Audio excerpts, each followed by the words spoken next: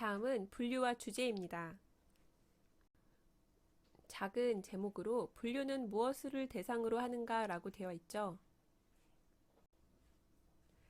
우리는 지금까지 분류가 얼마나 자연스럽게 일어나고 있고 또 전문적인 분류를 통해서 정보 시스템이나 정보 활용에 얼마나 도움이 되는지를 알아봤습니다. 이렇게 지금까지 넓은 의미의 정보 조직 활동의 일부로서 분류를 봤는데요. 분류와 주제 그리고 분류와 개념과 같은 전문적이고 철학적인 측면을 살펴보려고 합니다.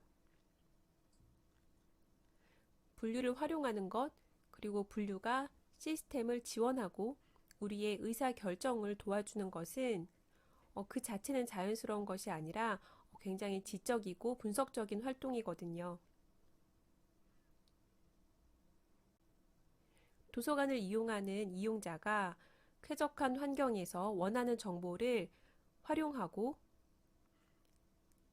자신의 학습이나 연구에 활용하는 것, 그것은 매우 자연스럽지만 그렇게 하기 위해서는 그 뒤에서 굉장히 여러 가지 절차와 전문적인 업무가 필요하잖아요. 분류도 마찬가지입니다. 정보 시스템이 효과적으로 운영되기 위해서는 분류를 이용하는 사람은 몰라도 그것을 만들고 관리하는 사람들은 알아야 하는 그 뒤에 전문적인 내용들이 있습니다. 좀 딱딱하게 느껴질 수 있는데요. 가능한 쉽게 예시를 통해서 살펴보도록 하겠습니다. 우리 교재 20쪽을 보면서 설명합니다.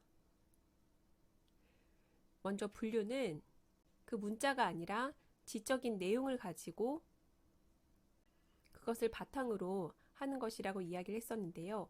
그럼 그 지적인 내용이 무엇인가 라고 보면 그것을 구성하는 단위가 주제라는 것입니다. 더 쪼개보면은 그 주제도 개념으로 구성되어 있지만 먼저 주제 측면을 살펴보겠습니다. 앞서 우리가 버스나 텔레비전, 자동차와 같은 그 대상을 시범적으로 분류했었는데요. 그때 여러분들은 무엇을 기준으로 했었나요? 어떤 구체적인 이런 개체들이 지니는 특징을 바탕으로 했겠죠.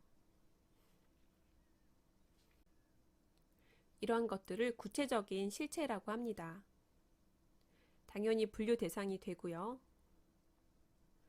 반면에 수학이나 생명보험 같은 것들, 그리고 우리가 아까 얘기했던 보험회사의 데이터 처리에서 나오는 개인의 경험 같은 것들은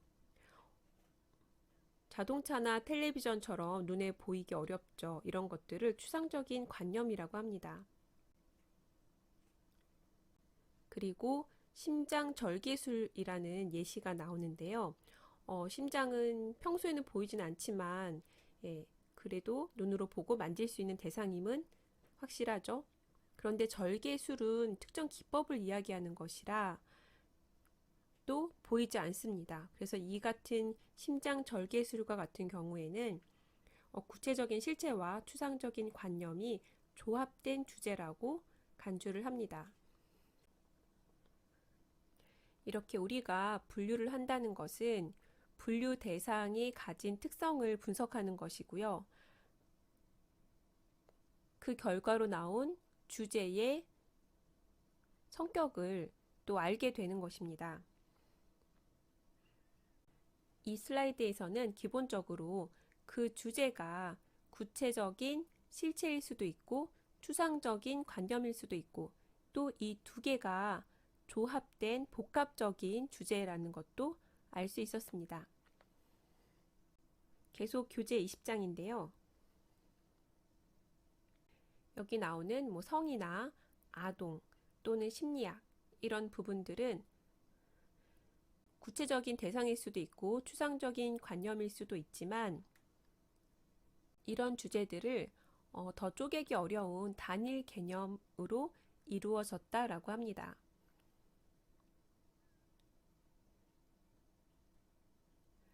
물론 분석 그 수준에 따라서 더 구분할 수 있겠지만 우선 우리가 그 주제나 개념에 대한 감을 잡는 데에는 간단한 분석을 하겠습니다. 그래서 단일 개념으로 구성되었다고 해서 단일 주제라고 할 수 있고요. 오른쪽을 보면 단일 주제를 기준으로 했을 때 적어도 2개 이상의 주제가 결합되어 있습니다. 성과 심리학, 아동과 심리학, 아동의 성교육 이렇게 되어 있죠. 성과 교육을 분리한다면 3개의 주제가 결합된 것이라고 볼 수도 있습니다. 이렇게 단일 개념이 서로 모여서 구성되는 복합 주제도 있습니다. 그러면 여러분들 정보 자료에, 정보 자원에 나타나는 주제는 단일 주제가 많을까요? 복합 주제가 많을까요? 여러분들 주변에 있는 정보원을 직접 확인하면 바로 알 수가 있겠습니다. 저는 이렇게 고개를 돌려보면 전공 서적들이 있는데요. 우리 교재에 나온 거 이외에도 보면은 이런 게 있네요. 일제강점기, 도서관, 간행물, 목차집. 그러면 길기도 길지만 그냥 봐도 일단 일제강점기라는 시기적인 주제가 하나 있고요. 도서관, 간행물이 있죠. 도서관도 단일 주제가 될 수 있고 간행물도 주제가 될 수 있고 또 그 간행물에 목차를 모았기 때문에 목차집도 또 주제가 될 수 있습니다. 그냥 생각해도 단일 개념으로 구성되는 단일 주제는 아닌 것 같습니다. 또 뭐가 있냐면 공공도서관 정보 서비스의 첫걸음이라는 자료도 있습니다. 그럼 여기서도 적어도 공공과 도서관을 분리하지 않아도 공공도서관 하나, 정보 서비스 하나 이렇게 2가지가 있죠. 그래서 실제로 자료를 보면 단일 개념보다는 단일 개념이 조합된 복합 주제가 더 많이 있고 오히려 복합 주제를 가진 정보 자원을 분류하기 위해서 그 복합적인 것들을 단일 개념으로 쪼개게 됩니다. 그래서 단일 개념으로 구성되는 단일 주제, 복합 주제를 구분하는 이유는 복합 주제에서 그 단일한 개념들을 분리해내는 그 분석 과정을 강조하기 위한 그런 목적이 더 크다고 볼 수 있겠죠. 정리하면 실제 정보 자료는 대부분 복합 주제를 지니고 있는데 그것을 분류하거나 또는 색인을 하기 위해서는 그 복합적인 주제들을 단일 개념으로 쪼개게 됩니다.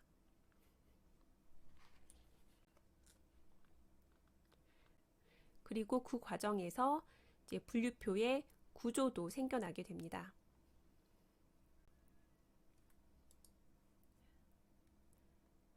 우리 교재 21쪽인데요. 그럼 분류표에서는 그 주제를 처리를 해야 되잖아요.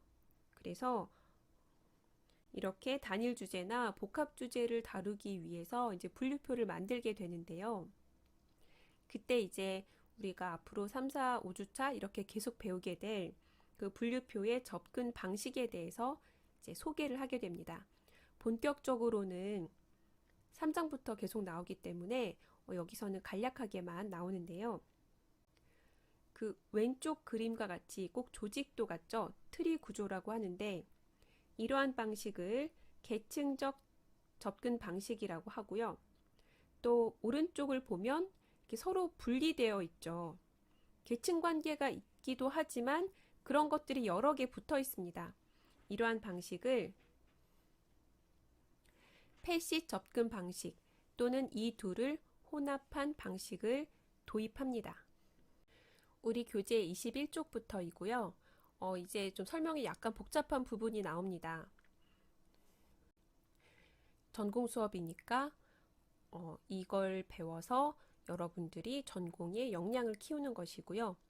이해하기 어렵다면 제가 계속 다시 설명을 해주고 이 녹화 강의도 돌려볼 수 있고 또는 질문을 하면 추가적인 설명이나 예시도 해줄 수 있습니다. 그러니까 지금 당장 모든 것을 이해할 필요는 없지만 이거는 꼭 필요한 거구나 이렇게 생각해 주면 좋을 것 같습니다.